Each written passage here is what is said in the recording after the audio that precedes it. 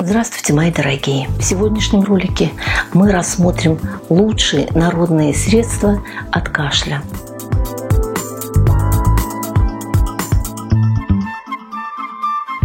Если кашель сухой и надрывный, то попробуйте вот такой способ. Заведите больного в ванную комнату, закройте дверь, откройте кран с горячей водой и дайте подышать увлажненным воздухом.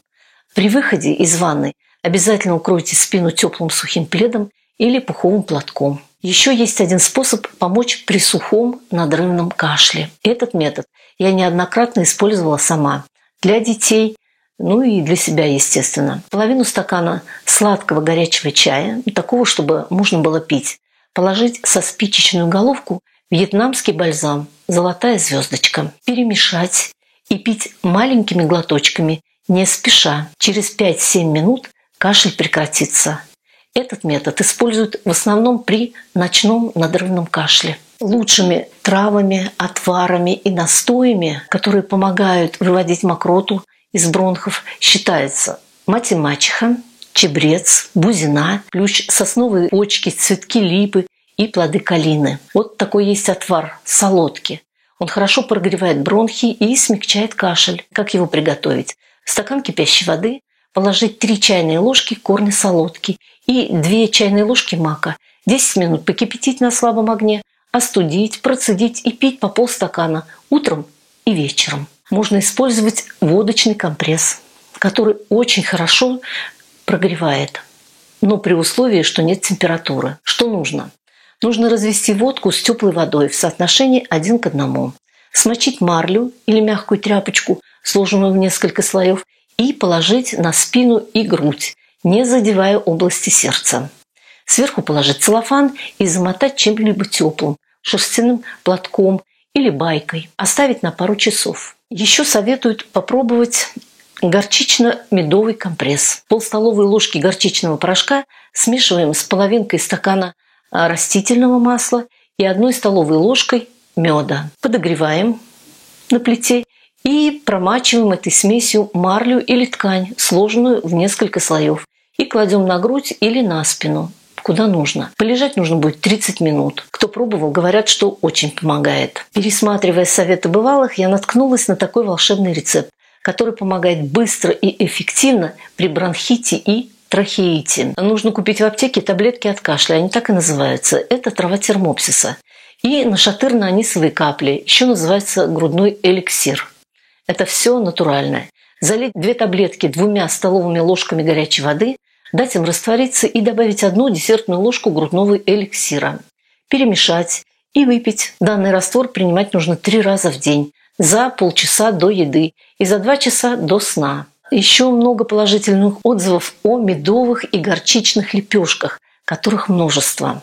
Что немаловажно, их можно применять не только для взрослых, но и для детей младшего возраста. Все они эффективны, все они легки в применении.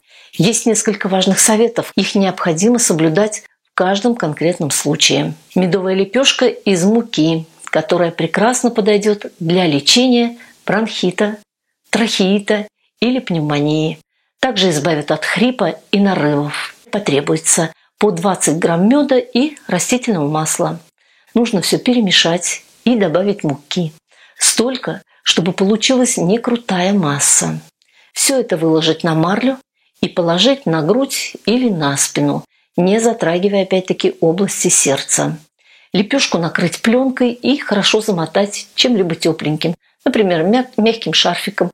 Это для детей и приятно, и полезно. Оставьте на 3 часа, затем лепешку снимите, а тело протрите теплой влажной тряпочкой, чтобы не осталось смеси. Совет. Перед нанесением лепешки кожу необходимо смазать маслом. А после процедуры заверните малыша в теплое одеяло. Как правило, часа 2-3 детки хорошо и спокойно спят в этом тепленьком, уютном коконе. Медовая лепешка из картофеля. Этот рецепт прекрасно используется для совсем маленьких деток. Рекомендую взять его на вооружение всем мамочкам. Такой рецепт наименее агрессивен и более безопасен. Пару картофелин среднего размера хорошо промыть и отварить, не очищая от кожуры. Уже сваренную картошку очистить и натереть на крупной терке. Полученную массу добавить в равных пропорциях мед, масло и сухую горчицу. Хорошо смешать и сделать лепешку. Дальнейшие действия такие же, как и в предыдущих рецептах. Следующий рецепт с использованием картофеля и водки. Этот рецепт я не советую тем, у кого дети еще совсем маленькие. Такая смесь более агрессивна. Но и эффект, конечно, сильнее. С картошкой мы поступим так же: помоем, отварим и почистим. Получившуюся кашицу добавляем водку, медовую массу и порошок горчицы. Все это нужно добавлять в равных пропорциях, как в принципе во всех рецептах. Смешиваем все в лепешку и используем по назначению. Прикладываем к спине и к груди. Такой совет. Процедуру следует начинать с 1,5 часов. Если все нормально, то время можно увеличить. И обязательно осмотрите кожу после процедуры. Если заметили красноту, в следующий раз нужно сократить время, чтобы избежать неприятных и болезненных высыпаний и крапивницы. Здоровье – это большая ценность. Особенно здоровье ребенка. Поэтому, если врач не пропишет никаких противопоказаний, смело можете использовать любой из предложенных рецептов.